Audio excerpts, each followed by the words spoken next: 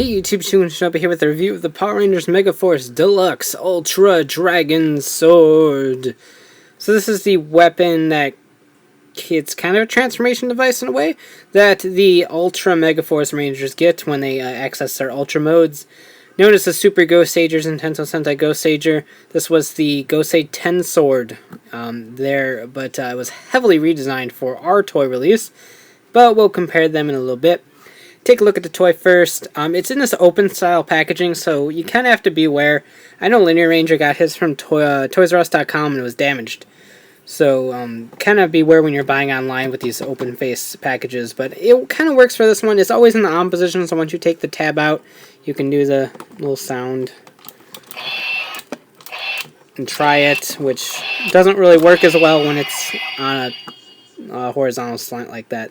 But it does spin. Over here you have the card. Up in here it's the Red Ultra Megaforce Ranger. We'll take a look at that. Logo up here just shows that there's lights and sounds. Long blade. One card, Deluxe Ultra Dragon Sword. Deluxe Ultra Dragon Sword. Really happy kid. The card scanner app on that side. On the back we do have the chest armor, which I will actually get, sadly. On the Happy Kids up here, too, just kind of shows how to use it. Toy falls out.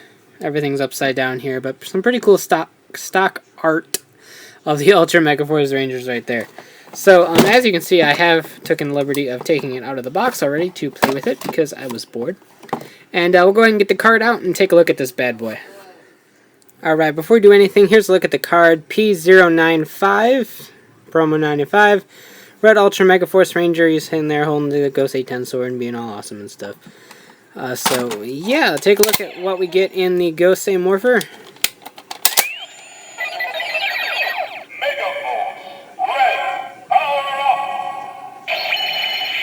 So you get Megaforce Red Power Up. We do not get the Ultimate Morph or Ultra Morph, I think it was. Sound, which is unfortunate, but I think those cards are coming with the normal release of the Ultra Mode figures, which aren't out yet. The metallic ones are, but these ones aren't. So we'll take a look at those eventually when we get it. Alright, so here we have the Ultra Dragon Sword out of package. I'm probably just going to call it the Ultra Sword, because it wouldn't make much sense for all 5 of them to have the Ultra Dragon Sword, since only one of them is Dragon. So I'm going to take a wild guess and assume it's going to be like Ultra Dragon Sword, Ultra Snake Sword, and stuff like that. And the Dragon Sword is a completely different weapon, but whatever. So Ultra Sword is what we're going to go with. Pretty cool. Now, the one in the show has the giant bubblegum machine dome on top, and is white throughout most of this, as opposed to the red. I think it was red at the tip. I don't know. I have it. I'll compare it in a little bit, but... so there are a lot of differences. The dome is gone and now replaced with a much larger dragon header. Dragon Zord, whatever. The mouth doesn't open or anything, but you do have these little flaps that can open like that. It doesn't really serve a purpose, but they're there. So this is actually pretty neat. I love the sculpt is great. It looks cool. I kind of wish it was removable because this is about how big the headers are in the show, I believe. So it'd be cool if it was removable, but that's fine. I really like this. I dig it. It keeps the spinning gimmick that the Tensword had while removing the really goofy looking dome that I hated. And replacing it with a much bigger, more menacing looking dragon. Well, not really menacing, it's just bigger, but pretty cool. All throughout here, there is quite a bit of detail. Obviously, none of it is super duper noticeable because it's just flat paint or plastic. But the silver is pretty as always, as is the gold. Right here is where you stick the Gosei Morpher, which kept its functionality from the Tensword, which is nice. Back here used to be a functional button in the Tensword, but doesn't have that functionality anymore. Speaking of sounds, there isn't as many as I would have hoped, but if you flip it on, you get the same kind of turn-on noise that we've had in like every Megaforce toy ever. And so everything happens within these 2 triggers.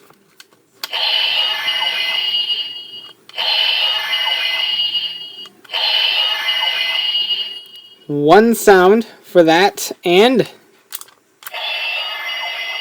one sound for that. It's the same sound. Let's see if we can get this going a little bit. Now the spinning gimmick on this guy really only works in a vertical position. If you hold it horizontal, as you've seen, it doesn't quite spin. But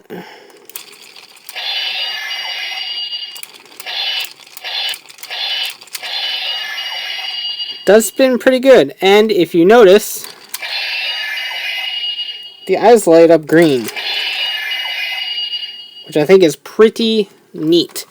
So yeah, only two sounds. But if you hold down the trigger,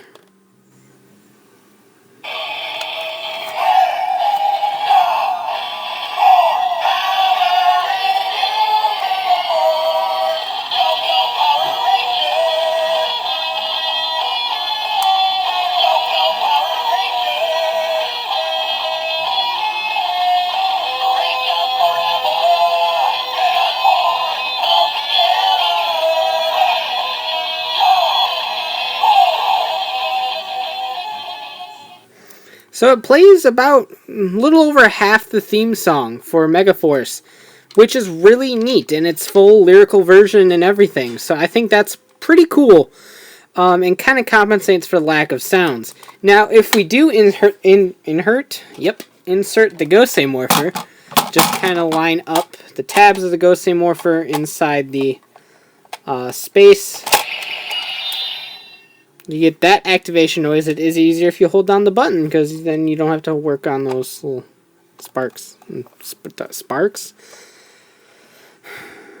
Slots and stuff.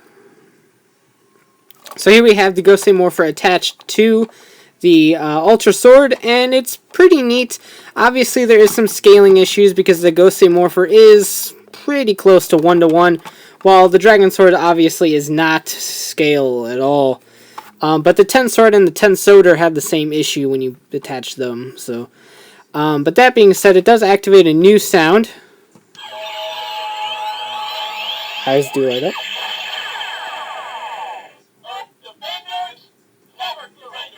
So we have the full cast saying Earth's Defenders Never Surrender, which is pretty cool, since a lot of times they replace the cast, but they're starting to use the cast voices more and more.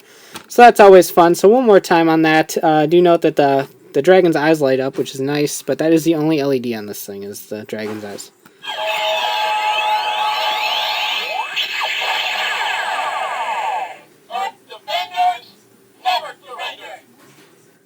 Pretty cool overall. It's 23.5 inches long, which is a little bit shy of the Mega Blade, but still an incredibly impressive length.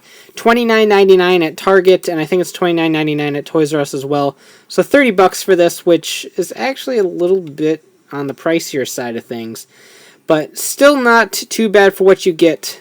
Real quick, here are some photos of the Ultra Sword versus the Tensword.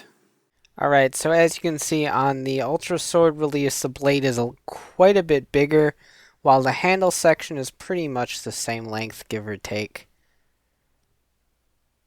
Now up on top here, you can tell that the dome is obviously gone, replaced with the much bigger Ultra Zord for the Dragon, while the one in the Japanese release is much smaller and compatible with the Megazord.